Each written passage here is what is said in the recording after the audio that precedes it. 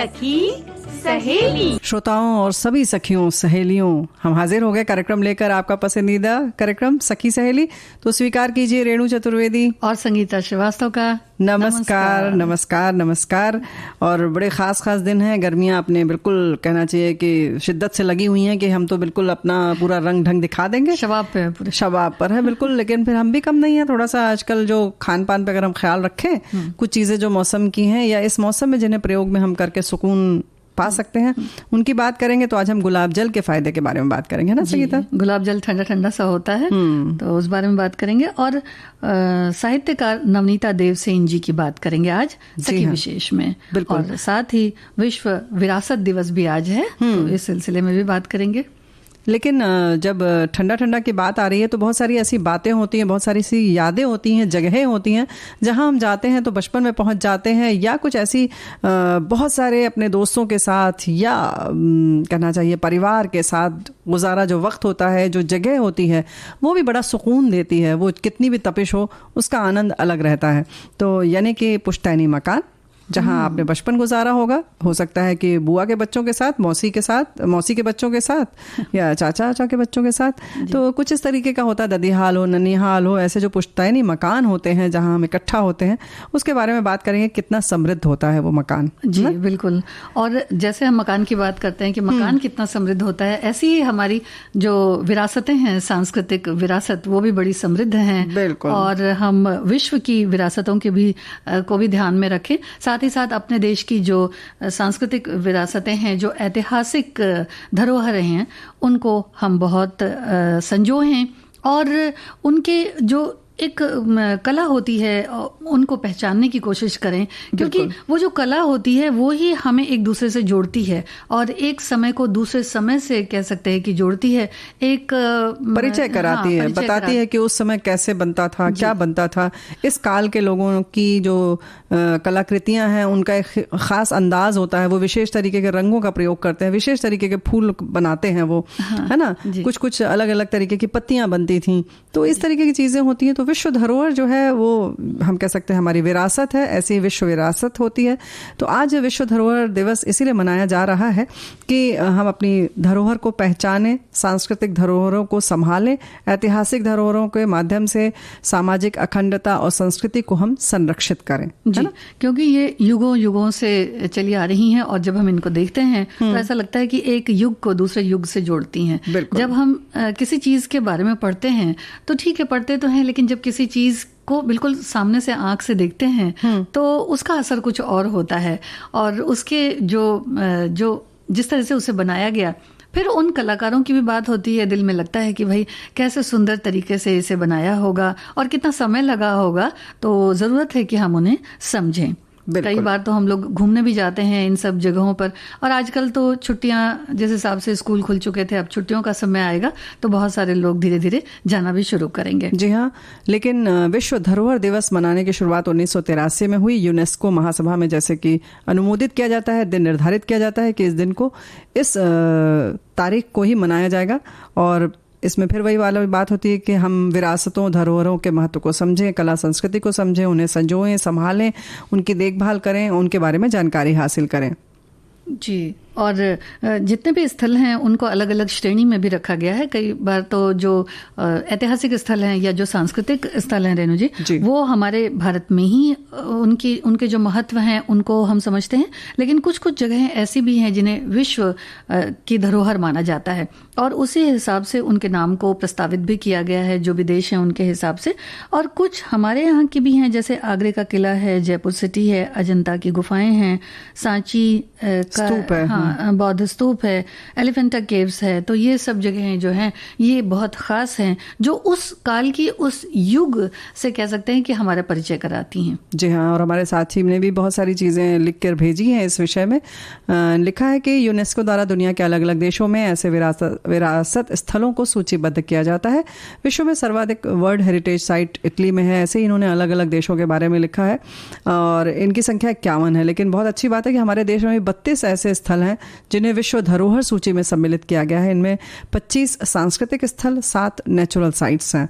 तो जैसे हमने कुछ तो बताया, जैसे आगरा किला, अजंता की गुफा, सांची के स्तूप, चंपानेर पांडवगढ़ बाग है, छत्रपति शिवाजी टर्मिनल है, पुराना गोवा का चर्च है, एलिफेंटा की गुफाएं हैं, एलोरा की गुफाएं हैं, फतेहपुर सीकरी, चोल मंदिर, हम्पी के स्मारक, है ना जी, ऐसे बहुत सारे हैं। महाबलीपुरम का सूर्य मंदिर, महाबलीपुरम, हम्पी, महाबोधि विहार जो बोध गया में है, वो सब चीज़ें जो है वो बड़ी ही सराहनीय हैं, क्योंकि उस वक्त के जो कलाकार होते थे वो इस वक्त के कलाकारों से तो बड़े भिन्न हैं। बिल्कुल, ऐसे ताजमहल हमने तो नाम ही भूल गया, जैसे कि ऐसे भारतीय पर्वतीय रेल भी है, इसी में खजुराहो है, भीमबेटका मंदिर है, कोणार्क का सूर्य मंदिर जैसे बताया, ऐसे ही कुतुब मीनार भी है। ऐसे ही विश्व धरोहर हमारे पास भी बहुत है। हम इस मामले में कह सकते हैं ना कि बहुत समृद्ध हैं, जी, है ना। और बड़ी अच्छी बात तो ये होती थी कि देखिए पहाड़ों को और बड़ी बड़ी गुफाओं को तराश कर ये चीजें बनाई जाती थी, तो नीचे से ऊपर की तरफ नहीं बल्कि ऊपर से नीचे की तरफ पहाड़ों को तराशा जाता था। तभी हम देखते हैं कि सदियों सदियों ये वैसी की वैसी ही बनी हुई हैं और ये ऐसी ही बनी रहें, ऐसी ही खूबसूरत रहें, इस बात का हमें ध्यान रखना चाहिए। तो जब घूमने फिरने जाते हैं तो भी ध्यान रखना चाहिए कि साफ सफाई बिल्कुल रहे। तब तो जरूर ध्यान रखना चाहिए, क्योंकि अब उनको हम तो ऐसे उनको संरक्षित अपने ढंग से किया जा रहा है वैज्ञानिक तरीके से। उनमें अलग अलग तरीके के लेप लगाए जाते हैं, आसपास कुछ भी ऐसी फैक्ट्री आदि नहीं रखी जाती है जिससे कि उसके धुएं से वो प्रभावित हों। लेकिन हम जब जाते हैं वो छोटे मोटे कचरे आदि भी जो फैलाते हैं वो कहीं ना कहीं उसकी खूबसूरती को खराब करते हैं। सामान्य तौर पर अगर हम देखें तो सीधे सीधे देखने में ही गंदा लगता है, उसकी खूबसूरती कहीं ना कहीं तो प्रभावित होती है। फिर धीरे धीरे तेल, घी, ये सारी चीजें, खाने पीने की चीजें लगती हैं, वो गंदगी फैलाती हैं, उसकी वजह से बहुत सारे कीड़े मकोड़े आदि आते हैं। तो इन सब चीज़ों का ख्याल रखना चाहिए। या हम दीवारों पर कुछ कुछ कुरेद देते हैं, लिख देते हैं, अपनी याद वहाँ छाप देते हैं। तो भाई यादों को छापने के लिए और भी बहुत सारी चीज़ें हैं, उनको कीजिए, है कि नहीं? जी जी। और उसके साथ जो उद्यान होते हैं या जो पेड़ पौधे लगाए जाते हैं, जो सरोवर होते हैं, उनकी शोभा भी साथ साथ चलती रहती है। तो जो ये सारी चीज़ें हैं, यानी कि अगर फलों के बाग लगाए गए हैं, फूलों के बाग लगाए गए हैं, सरोवर हैं, सुंदर झरने लगे हुए हैं, तो उनका भी ध्यान रखना चाहिए कि उनमें कुछ भी, किसी भी तरह का कूड़ा करकट हम बिल्कुल भी गलती से भी न फेंकें। और फूलों को, पत्तियों को, कोई भी इस तरह के वृक्ष हैं तो उन्हें बिल्कुल भी नुकसान न पहुंचाएं। किसी भी चीज़ का तस्वुर हम करते हैं, उसके बाद वो खूबसूरत सी जो तस्वीर होती है वो हमारे पहले तो दिल में बनती है, उसके बाद कैनवास पे बनती है, लेकिन वो बात नहीं होती। तो जाकर देख लेना चाहिए ताज जरूर। बिल्कुल सही बात है। धरोहर होती हैं, उन्हें देखना, उनको संभालना और उनको आत्मसात करना एक अलग अनुभव होता है। लेकिन हाँ, फिर भी तस्वीरें भी कुछ इस तरह की चीज़ें होती हैं जहां हम नहीं पहुंच पाते, वहां बहुत हद तक हम उनसे काम चला लेते हैं। एक झलक हमें समझ में आ जाती है, एक आभा उसकी समझ में आ जाती है कि अच्छा वो इस तरीके का होगा, है ना। और फिर उसके बाद हम लोग सोचते हैं कि भाई वहां तो चलना चाहिए और देखना चाहिए। बिल्कुल सही बात है। और ऐसे ही साहित्य भी जब होता है तो साहित्य से हमें समझ में आता है कि जिसने लिखा है उसकी मनोदशा या उसकी एक अपनी अलग शैली होती है। ऐसे ही साहित्यकार नवनीता देव सेन जी हैं, जिनके बारे में आज हम चर्चा करने जा रहे हैं। बहुत सुंदर कविताएं लिखती हैं। जैसे इन्होंने लिखा है, बहुत दो पंक्ति जैसे कहना चाहते हैं। अंधेरे में हो रही थी बारिश, परछाई नाच रही थी गाड़ी के कांच पर, अचानक नदी की हवा ने छू लिया था, अजानी बिजली कांप उठी थी मन में। तो कुछ इस तरीके की लेखनी आपकी चलती है, कलम चलती है। और ऐसी नवनीता देव सेन जी का जन्म 13 जनवरी 1938 को कोलकाता में हुआ। जी। और उनके माता पिता नरेंद्र नाथ देव पिताजी और माता राधा रानी देवी के घर इनका जन्म हुआ। इनके माता पिता दोनों ही कवि थे। नवनीता की रुचि प्रारंभ से ही प्रकृति और रचनाओं के इर्द गिर्द रहती थी और इस प्रकार उनकी रुचि कला क्षेत्र में ज्यादा रही। कला और साहित्य से स्नातक उन्होंने किया कलकत्ता विश्वविद्यालय से, यानी प्रेसिडेंसी कॉलेज से। एमए की डिग्री भी हासिल की और 1961 में हार्वर्ड यूनिवर्सिटी में वो पढ़ाई के लिए गईं। बाद में उन्होंने डॉक्टरेट की डिग्री भी हासिल की। नवनीता देव सेन का विवाह जाने माने अर्थशास्त्री अमर्त्य सेन से हुआ, जो नोबेल पुरस्कार विजेता भी रहे। पढ़ाई लिखाई और शोध के लिए नवनीता ने देश विदेश की यात्रा की। वो बांग्ला, अंग्रेजी, Hindi, Oriya, Asamiya, French, German, Greek, Sanskrit, Hebrew, मतलब इतनी तमाम भाषाओं की बहुत अच्छी जानकार थी। जी। और उन्होंने बतौर professor Harvard, Cornell, Columbia, Chicago, Humboldt, Toronto, Melbourne, Wales और कुछ अन्य जगहों की भी यात्रा की। वो कलकत्ता विश्वविद्यालय में लेक्चरर के तौर पर काम करती रहीं। 2002 में सेवानिवृत्त हुई। और 2002 में ना, उसके बाद साहित्य और अध्ययन अध्यापन से जुड़े देश विदेश में उन्होंने कई सम्मेलनों में भाग लिया। वैसे भी कहते हैं ना, साहित्यकार का जो काम है वो चलता रहता है। नवनीता एक अंतर्राष्ट्रीय ख्याति प्राप्त साहित्यकार थी और royal Asiatic society of great Britain की फेलोशिप भी उन्हें प्रदान की गई थी। जी, और कई महत्वपूर्ण पुरस्कार वितरण समिति की वो जूरी मेंबर भी रहीं, जिनमें से एक रविंद्र पुरस्कार भी था। बांग्ला भाषा में उन्होंने कई कविताएं, उपन्यास, लघु कथाएं, नाटक, यात्रा वृतांत और कुछ साहित्यों का अनुवाद भी किया। क्योंकि कई भाषाएं उनको आती थी। हाँ, बहुत सारी भाषाएं आती थी। भाषाओं का भी बड़ा अपना जोर होता है और खूबसूरती होती है। जी, बिल्कुल सही बात है। लेख नटी नवनीता प्रसिद्ध हुआ इनका। मतलब कि नवनीता किस तरह से एक एक्ट्रेस हैं, कलाकार हैं, यानी कि नटी नवनीता। हाँ, और करुणा तुम्हार कौन पथ दाय, ये भी एक उनकी रचना थी। उनका पहला कविता संग्रह था प्रथम प्रत्यय।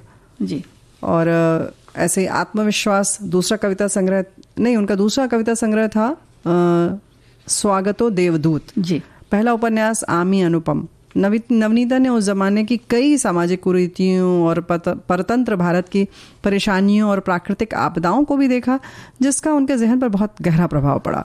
बच्चों से जुड़ी समस्याओं का भी उन्होंने गहन अध्ययन किया और उनके संग्रह हास्य, बुद्धि और मानव चिंता के संयोजन के लिए जाने जाते हैं।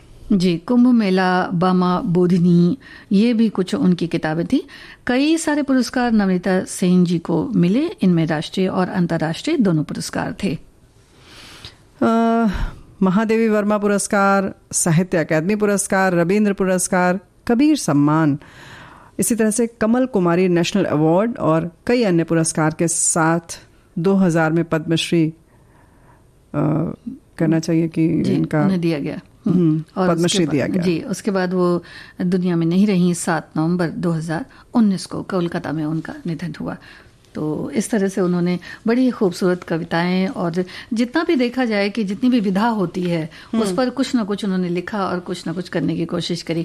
एक कविता जो स्वागत है। जी जी, सुनाओ। हाँ, तो उसकी कुछ लाइनें आपने बताई हैं। जी जी जी। तो डामर की सड़क, बारिश में भीगी नदी। नहीं, शुरुआत से पढ़ेंगे। अच्छा, शुरुआत से पढ़ेंगे। बिल्कुल, तो आप नहीं आप, अच्छा, मैं ही करूं। बिल्कुल। जी जी। अंधेरे में हो रही थी बारिश, परछाई नाच रही थी गाड़ी के कांच पर, अचानक नदी की हवा ने छू लिया था, अजानी बिजली कांप उठी थी मन में, बहुत बहुत दूर था घर। डामर की सड़क, बारिश में भीगी नदी थी, अनुत्तरित अंतहीन थे कगार, निर्विहीन झरता रहा अंधेरा, बार बार बातों की तलाश में भटक रहे थे, भटक कर थके अंग, आग, सफेद धुआं, मिट्टी, कीचड़ और घास के गीलेपन को छूती खिड़की से उड़कर आई थी गंध। असफल समारोह में नाच रही है बारिश, संसार को चीर देते हैं बिजली के फलक, घंटा बज उठता है वाक्यहीन देह में, और अंधेरे की ये अंतहीन यात्रा, और उस यात्रा के रुकते ही पंख पसार कर उड़ चला है अंधेरा। सूर्य बिंधे धूं धूं करते रेतीले तटों पर, नदी की हवा सूखी पीली घास पर रोती रहती है। क्या बात है। और भी बहुत सारी इनकी जो लिखने की शैली है वो अपने आप में कहना चाहिए दिल तक पहुंच जाती है ना। हल्की सी भोर की किरण जैसे ही तन पर पड़ी, सवेरा कहता है भोर हो गई, चूल्हे पर सबका नाश्ता खाना, सब एक होकर बनाते और खाते। कुछ इस तरीके की बातें जो हैं इन्होंने, जैसे कि एक सड़क का जो वर्णन किया है, हाँ, उससे बिल्कुल लगता है ना कि एक चित्र सा खिंच जाए। हाँ, है ना। जी, कविताएं कुछ ऐसी होती हैं, लेकिन हाँ, बिल्कुल एकदम जैसे कहते हैं ना कि हवा ने छू लिया था अचानक नदी की, और फिर उसके बाद जब बहुत दूर तक घर, डामर की सड़क, बारिश में भीगी नदी, इस तरीके की जो होती है ना, परछाइयाँ नाच रही थी गाड़ी के कांच पर, जो हम देखते हैं चित्र सड़कों पर, बिल्कुल वैसा ही उन्होंने अपनी कविताओं में उसको लिखा है। तो नवनीता जी को हम याद करते हैं और उनकी रचनाओं को नमन करते हैं। जी। तो भाई इस तरीके की बहुत सारी चीजें, आज हम लोग पुश्तैनी मकान पे भी चलेंगे, है ना। जी जी।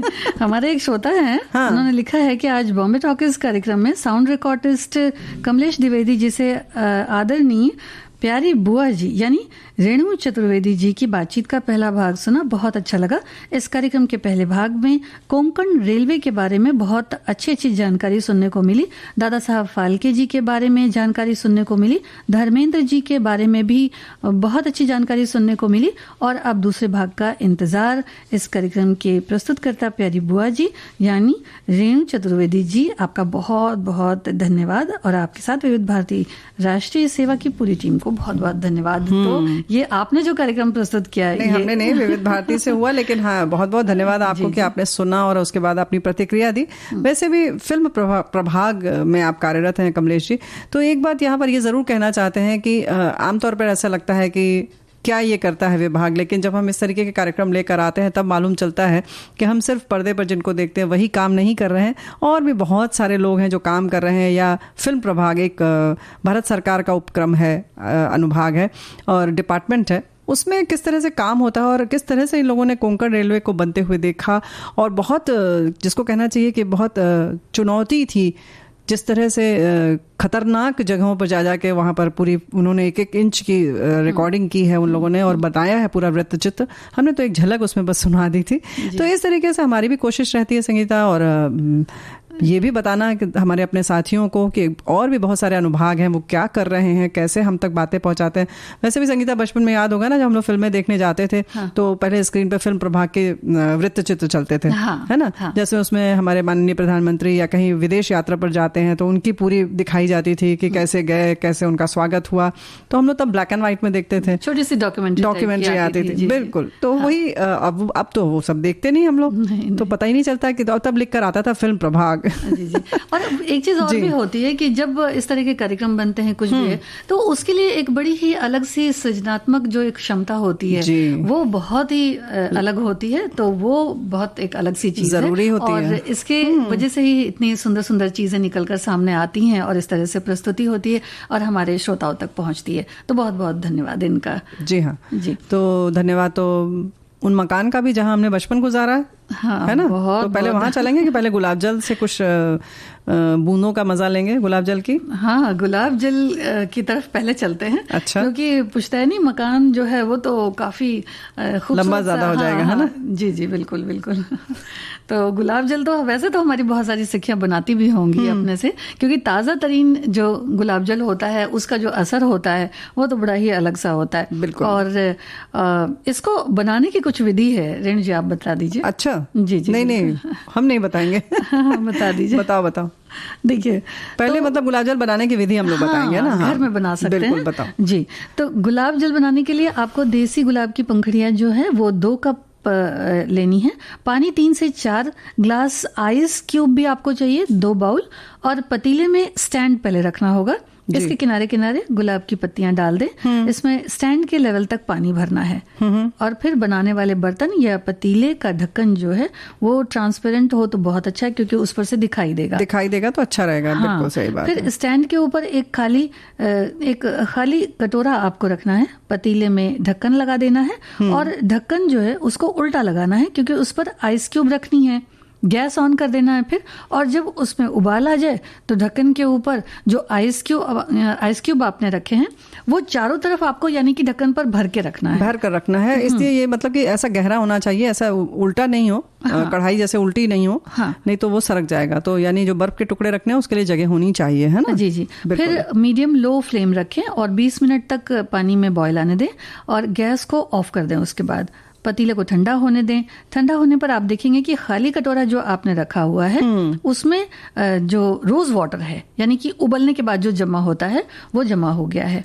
जो जमा हुआ है मतलब वो हम कह सकते हैं कि अब ये गुलाब जल है। हाँ, बिल्कुल डिस्टिल्ड होता है। जी। रोज वाटर को कांच की बोतल में आप रख लें उसमें एक, और फिर फ्रिज में रख दें। तो 2 से 3 महीने तक आप इसको इस्तेमाल कर सकते हैं, पर बहुत ज्यादा समय तक न रखें तो ज्यादा अच्छा है। हाँ, लेकिन बहुत थोड़ा निकलता भी है, और भाई जब आपने बनाया है तो उसका प्रयोग करेंगे तो खत्म ही हो जाएगा, ज्यादा दिन रखने की जरूरत ही नहीं है। तो भाई ये तो तुमने विधि बता दी, और वैसे उसकी जो उपयोगिता है वो तो सभी जानते हैं, लेकिन फिर भी हमारे साथी ने लिखा है गुलाब जल का इस्तेमाल प्राचीन काल से खूबसूरती बढ़ाने के लिए किया जाता है। अगर रोजाना नियमित रूप से सोने से पहले आंखों के नीचे काले घेरे पर गुलाब जल लगाते हैं तो डार्क सर्कल से छुटकारा पा सकते हैं। चेहरे पर गुलाब जल लगाने से दाग धब्बों और पिंपल्स की शिकायत दूर होती है। वैसे गुलाब जल घर पर भी बना सकते हैं हम, तो भाई हमने विधि तो बता दी, अब आप प्रयोग करिए, है ना। हाँ, और फूलों का तो मौसम भी होता है ना, तो आप देखिए कि जिस समय अच्छे से गुलाब, देखिए आजकल जो बसंत गया उसके बाद तमाम बाग बगीचे जो हैं वो फूलों से बिल्कुल भरे हुए हैं, नई नई पत्तियां हैं, नए नए फूल हैं और बिल्कुल भरा हुआ है। तो इस वक्त आप बिल्कुल से उसको अच्छे अच्छे गुलाब से बना सकते हैं और इसका पूरा लुत्फ ले सकते हैं। हाँ, लुत्फ ले सकते हैं, उसका फायदा उठा सकते हैं, क्योंकि वैसे भी गुलाब के बड़े बहुत सारे औषधीय गुण हैं और इसीलिए इसका अर्क इस्तेमाल किया जाता है। और इसके संग संग गुलाब के संग गुलाब जल की तो बात हो गई, लेकिन गुलकंद, इसका भी अलग प्रयोग होता है और अलग अलग तरह के शरबत भी बनाए जाते हैं, गुलकंद भी बनाया जाता है। लेकिन आज तो हमने जैसे कह दिया ना, गुलकंद बनाना किसी और दिन बताएंगे, है ना। तो पहले शरबत और ये गुलाब जल की बात करते हैं कि गुलाब जल कैसे इस्तेमाल करेंगे, तो और साथ साथ गुलाब जल भी प्रयोग करेंगे तो दुगनी खूबसूरती होगी। ये बात भी है। तो अब बात आती है कि गुलाब में ऐसा क्या है ना। तो पुराने ज़माने से हम समझ तो रहे हैं कि इसका बहुत फ़ायदा है। स्किन वाइटनिंग के लिए बहुत इसका प्रयोग किया जाता है। त्वचा पे बहुत जो धब्बे होते हैं वो निकल जाते हैं। एंटी बैक्टीरियल है ये, एंटी इन्फ्लेमेटरी गुण होते हैं, तो जाहिर है कि इसलिए पिंपल्स आदि नहीं होते हैं। जो भी बैक्टीरिया जीवाणु जो पनप रहे होते हैं वो नष्ट हो जाते हैं। और वैसे भी इतना मुलायम और जिसको कहता नहीं कि बड़ा सूदिंग सा होता है, तो जाहिर है कि त्वचा पर एक अलग सा एहसास देता है। और रफ्ता रफ्ता बहुत सारे कमेंट्स भी आ रहे हैं। बिल्कुल सही बात है। हाँ, हमारे एक श्रोता लिखते हैं कि गुलाब जल आंखों को साफ करने और ठंडक पहुंचाने में भी मदद करता है। सिर में गुलाब जल की मसाज करने से ब्लड सर्कुलेशन बेहतर होता है। लीवर को भी ये साफ रखता है। गुलाब के जल के सेवन से पित्ताशय वगैरह, इन्होंने लिखा है कि इसमें कुछ शारीरिक, कहने का मतलब कि आराम होता है और गुलाब जल बेहद मददगार है। बता दें कि ब्रोंकियल संक्रमण को कम करने में भी गुलाब रस या गुलाब की चाय का सेवन बेहद उपयोगी है। और गुलाब जल में दही मिलाकर चेहरे पर लगाने से चेहरे का कालापन दूर हो जाता है, यानी कि जो धब्बे होते होंगे वो कम हो जाते होंगे। तो भाई कुछ इस तरीके से अपने जो जितनी जानकारी हमारे साथियों को है उन्होंने साझा की, ये बात बिल्कुल सही है। तो अलग अलग तरह से प्रयोग किया जाता है। टोनर के तौर पर भी इसका इस्तेमाल हम कर सकते हैं। गुलाब जल, इसमें गुलाब के तेल की कुछ बूंदें मिलाकर रख लीजिए और जो कोई रुई का टुकड़ा ले लीजिए या कॉटन बॉल्स जो आते हैं उनमें लगाकर चेहरा साफ कर लेंगे तो टोनर की तरह आप काम करेगा ये। जी, और थोड़ा सा ये अनार के सिरके में अगर मिला दिया जाए गुलाब जल, तो इसे माउथ वॉश की तरह भी आप इस्तेमाल कर सकते हैं। तो बड़ी अच्छी सी खुशबू रहेगी। कभी जैसे खाना वाना खाने के बाद तो इस्तेमाल किया जा सकता है। मॉइस्चराइजर के लिए भी थोड़ा सा अगर इसमें गुलाब जल में, यानी कि 3 चम्मच अगर गुलाब जल लिया है, तो 1 चम्मच ग्लिसरीन, 1 चम्मच नारियल का तेल या बादाम का तेल भी इसमें मिला सकते हैं और इसे मॉइस्चराइजर के तौर पर आप मिलाकर रख सकते हैं। या खाली गुलाब जल और ग्लिसरीन को भी आधा आधा, यानी कि जाड़े के वक्त, लेकिन अगर गर्मी में आपको लगाना है तो गुलाब जल की मात्रा ज्यादा होनी चाहिए और थोड़ा सा उसमें ग्लिसरीन नीचे की तह पे, यानी कि चौथाई कह सकते हैं या उससे भी कम ले ले और उसको आप हिलाकर अच्छे से रख दें तो बहुत अच्छी त्वचा होती है उससे भी लगाने से। तो इस तरह से इसका प्रयोग करें। और मुहासों के लिए पहले ही हमने बताया, फिर भी लेकिन इसकी जो मात्रा बता सकते हैं कि 1 चम्मच गुलाब का जल हो, मतलब गुलाब जल, और 2 चम्मच बेसन, 1 चम्मच संतरे के छिलके का पाउडर या रस, आधा चम्मच ग्लिसरीन और 1 चुटकी हल्दी इसमें डाल लीजिए। ये सब मिला लीजिए और अच्छे से जब पेस्ट बन जाएगा तो चेहरे पर आप इसको लगा लीजिए। लेकिन उसके पहले चेहरे को अच्छी तरह से साफ कर लें। इस तरीके का कोई भी जब पैक लगाते हैं, उपटन लगाते हैं, तो बेहतर है कि पहले खूब अच्छे से चेहरा साफ कर लिया जाए, तभी इसका प्रभाव पड़ता है। लगाकर 15 से 20 मिनट छोड़ दीजिए। बाद में सामान्य जो तापमान का पानी होता है उससे आप अपने चेहरे को साफ कर लीजिए। फिर देखिए कितना निखार आता है। जी, और फिर जैसे आपने गुलाब जल को बनाया है तो आप स्प्रे बॉटल में भी उसको भर कर रख सकते हैं। जैसे जो पत्तियों वगैरह पे, फूलों पे छिड़काव करने के लिए जैसी बॉटल हम लोग रखते हैं, उससे छोटी बड़ी अच्छी सी आती हैं, तो उसमें चेहरे पर भी स्प्रे करने के लिए आती है। हाँ, तो उनमें आप रख सकते हैं और साथ ही साथ चेहरे पर उसको स्प्रे भी करें, साथ में उसमें टिश्यू पेपर से आप उसको हल्के से पोंछ दें। इससे आपकी त्वचा जो है साफ हो जाएगी। यानी कि गर्मी से हम बिल्कुल से आते हैं जब, तो पसीने से चेहरा बड़ा अजीब सा हो जाता है जी। तो आप इस तरह से साफ कर लें तो बड़ा अच्छा रहता है। और खास करके अगर इस तरह से आप रात में सोने के पहले साफ करते हैं तब तो बहुत ही अच्छा होता है। इस तरीके से जो स्प्रे करने की बात है या टिश्यू पेपर में प्रयोग करने की बात है, आप किसी लंबी यात्रा पर जा रहे हैं, घर से अपने वाहन में है या ट्रेन में सफ़र कर रहे हैं, तो भी आप 4-6 घंटे हो जाए या दोपहर का समय जब गुजर जाता है, आप बहुत लगता है कि बहुत पसीना हो गया, परेशान हो रहे हैं, तो एक बार अगर आप इस तरह से उसे टिश्यू से पोंछ लेंगे, उस पर स्प्रे करके या अपने चेहरे पर स्प्रे करें और उसको पोंछ लें मुलायम कपड़े से, तो आपको एकदम तरोताज़ा सा महसूस होने लगेगा और ताजगी आ जाएगी चेहरे पर, है ना, और मन भी एकदम खुश हो जाता है। तो गुलाब जल इस तरह से हर तरह से इस्तेमाल किया जा सकता है जी। और साथ ही साथ जो गुलाब की पंखुड़ियां होती हैं, कहते तो कई बार ऐसा भी है कि जो गुलाब जल की पंखुड़ियां होती हैं, उन्हें जब हम थोड़ा सा मसल लेंगे हथेली पर, तो उसके बाद उनकी पत्तियों को हटा दीजिए या फिर उनका जो रस आ जाएगा, तो उसमें भी थोड़ा सा आप ग्लिसरीन मिला करके सीधी पत्तियों के रस में भी लगा सकते हैं। हाँ, तो इससे भी बहुत अच्छा होता है। बहुत अच्छा होता है। गुलाब में बहुत सारे ऐसे एंटीऑक्सीडेंट्स भी होते हैं रेणु जी, और बहुत सारी चीजें होती हैं जो हमारे चेहरे के लिए बहुत अच्छी होती हैं। तो उसके जो कण होते हैं ना, देखिए उसके पेटल्स कैसे लाल लाल से होते हैं, बिल्कुल, तो उसी से समझ में आता है कि कितने, मतलब इसके अंदर कितने सारे गुण होंगे। बिल्कुल। गुलाब जल में शहद, हल्दी और 1 चम्मच बेसन, थोड़ा सा कच्चा दूध भी डालकर इसका फेस पैक आप बना सकते हैं और इस तरह से भी इसका प्रयोग कर सकते हैं।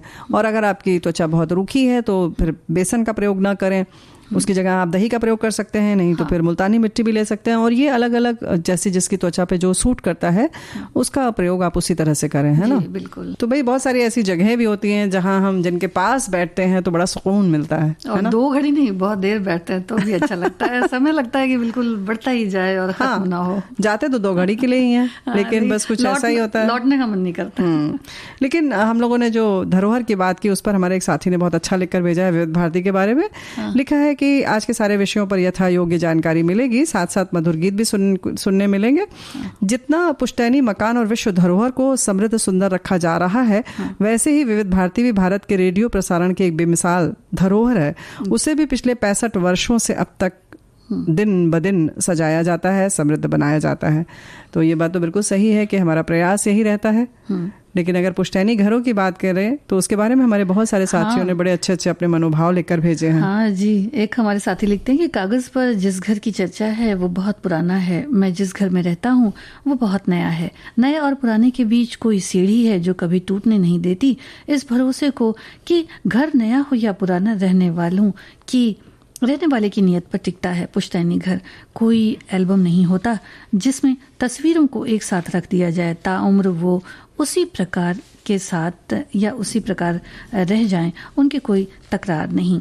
कुछ लोग जीवन में तरक्की कर लेते हैं और शहर में जाकर बस जाते हैं और अपने पुराने या पुश्तैनी घर को भूल जाते हैं। धीरे धीरे समय बीतता है, घर खंडहर में तब्दील हो जाता है। उस खंडहर के घर में भी यादों का अनमोल पिटारा होता है। जो सुकून उस खंडहर के घर में छोड़कर चले जाते हैं, उस सुकून को पूरी दुनिया में नहीं पाते।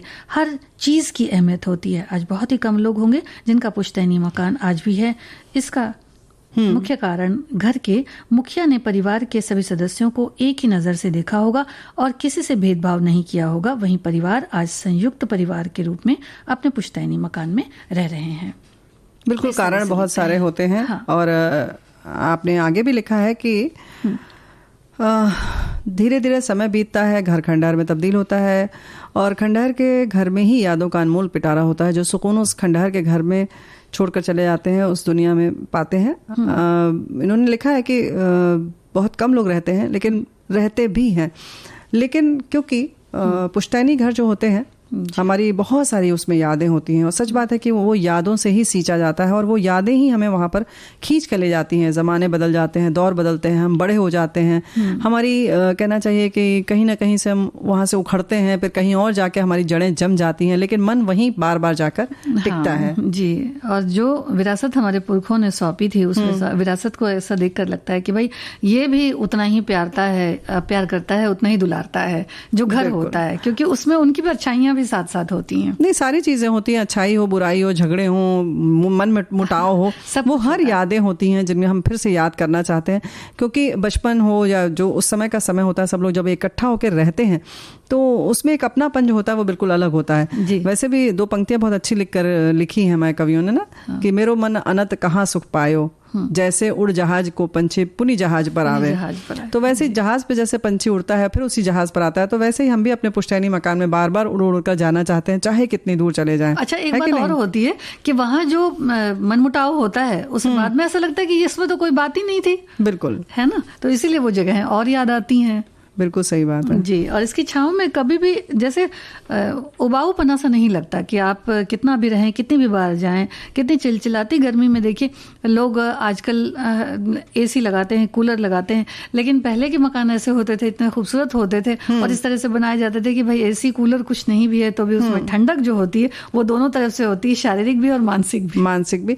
नहीं, घर के बनाने का सच बात है कि तरीका बिल्कुल अलग होता था।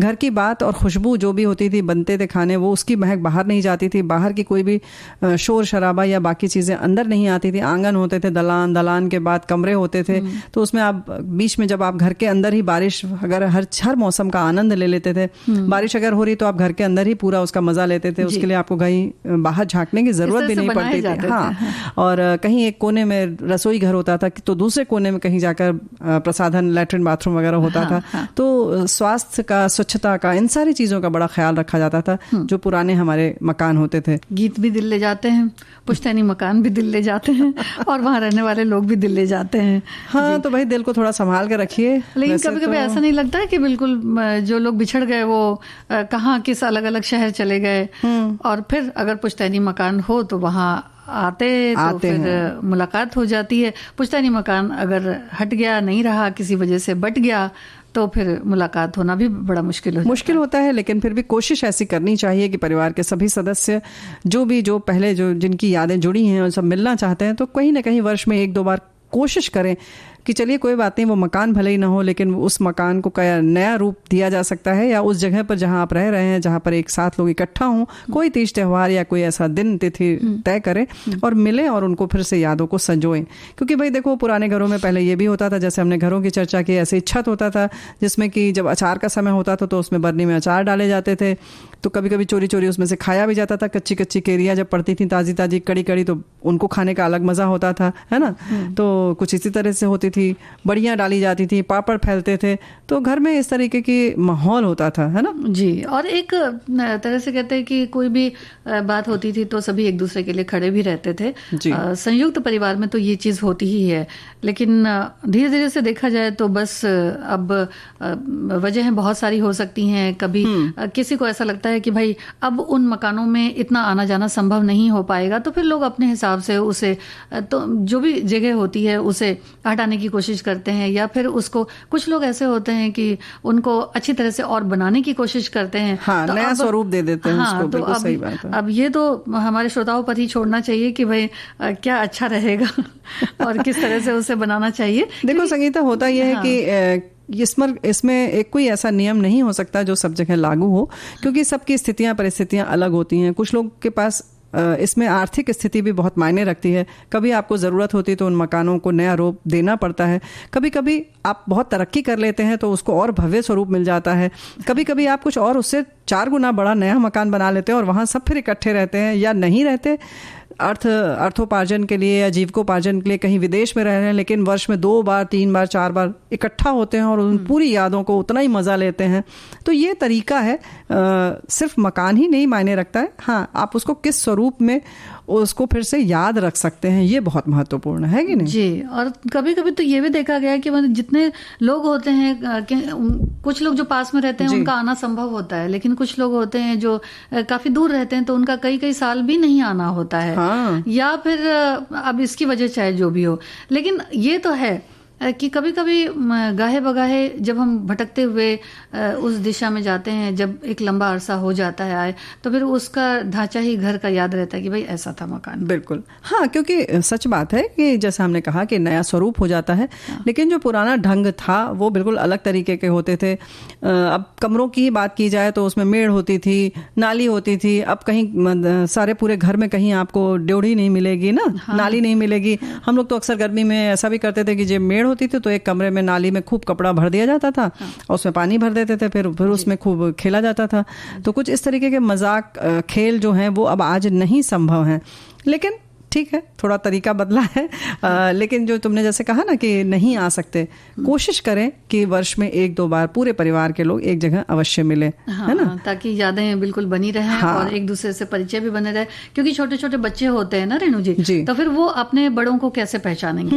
वो घरों से ही ज्यादा पहचानते हैं, घरों से पहचानते हैं, उनके हाव भाव से पहचानते हैं, उनकी बातों से फिर एक दूसरे की खिंचाई होती है, उनकी बचपन की बातें की जाती हैं, और एक जो खुलापन आता है बाद में कि अरे अब आज बच्चों के सामने फिर उनके पिताजी की बातें होती हैं, माताजी की बातें होती हैं कि अच्छा ये बचपन में ऐसा करते थे, तो बच्चों को भी बड़ा मजा आता है। तो एक कहीं कहीं अगर जो छोटा बहुत मन मुटाव जो रहता है वो समाप्त हो जाता है और बहुत नजदीक हो जाते हैं, ये रिश्ते और प्रगाढ़ हो जाते हैं। तो ये कोशिश करनी चाहिए। हाँ, और जो वहाँ का रहन सहन होता है, जो पुराने घरों का, पुश्तैनी घरों का जो रहन सहन होता है, बड़ा साधारण सा होता है। हाँ। और जो दूसरा घर हम लोग बनवाते हैं वो बड़ा उसके अंदर भौतिकता इतनी ज्यादा होती है, लेकिन फिर भी बच्चे वहां से नानी दादी के घर ही भागने की बिल्कुल फिराक में रहते हैं कि किस तरह से जाया जाए, और वहाँ जो मौज मस्ती होगी, वहाँ जो मजा आएगा, तो इन चीजों से बिल्कुल भी दूर न किया जाए बच्चों को, या हम भी ना दूर हों, तो बहुत अच्छा है। बिल्कुल सही बात है, यानी कि बचपन में लौटे और वही सहजता, वही सरलता एक बार फिर से जीने की कोशिश करें। पुश्तैनी घरों में जो एक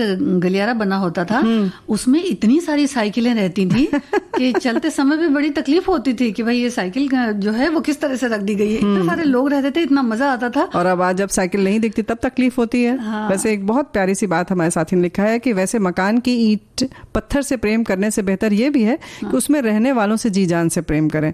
तो ये बात बिल्कुल सही है कि उन यादों को संजोए, स्थान कोई भी हो सकता है, एक बार फिर से वैसे ही मिलें और वैसे ही साइकिलें चलाएं, मजे लें, है ना। जी, और सब एक साथ मिलें, बैठें, खाएं, और बिल्कुल समय का तो फिर पता ही नहीं चलेगा। लेकिन हाँ, जैसे कि बहुत सारी चीजें होती हैं, जैसे हमने बताया ना कि पुरानी बातें हैं, उसी तरीके से खाना पीना होता है। अब बहुत सस्ती वाली हम लोग कभी कभी बर्फ वाली आइसक्रीम खाते थे, अब आज हम लोग क्रीम वाली खाते हैं, तो कभी उनको भी खाइए। टॉफी जो होती थी वो बिल्कुल लेमन जूस वाली जो होती थी, दोपहर का समय वही होता, वो सारी चीजें होती थी, पाचक होते थे अलग अलग तरीके के। तो उन सब का मजा एक बार फिर से लेना चाहिए। काला खट्टा होता था। हाँ, काला खट्टा होता था, जीप जलाने वाला एक होता था बड़ा अलग तरीके का। हाँ। स्कूल के बाहर बहुत सारी चीजें मिलती थी, वो अभी भी मिलती हैं, ऐसा नहीं है। लोग कोशिश कर रहे हैं, व्यापारी लोग, कि हम अपने बचपन में लौटे रहें और याद करते रहें। हाँ, याद करते रहें। तो बस आप भी करते रहिए उसको। हम फिर मुलाकात करेंगे सखी सहेली में आपसे। जी, आप सभी को संगीता श्रीवास्तव और रेणु चतुर्वेदी का नमस्कार।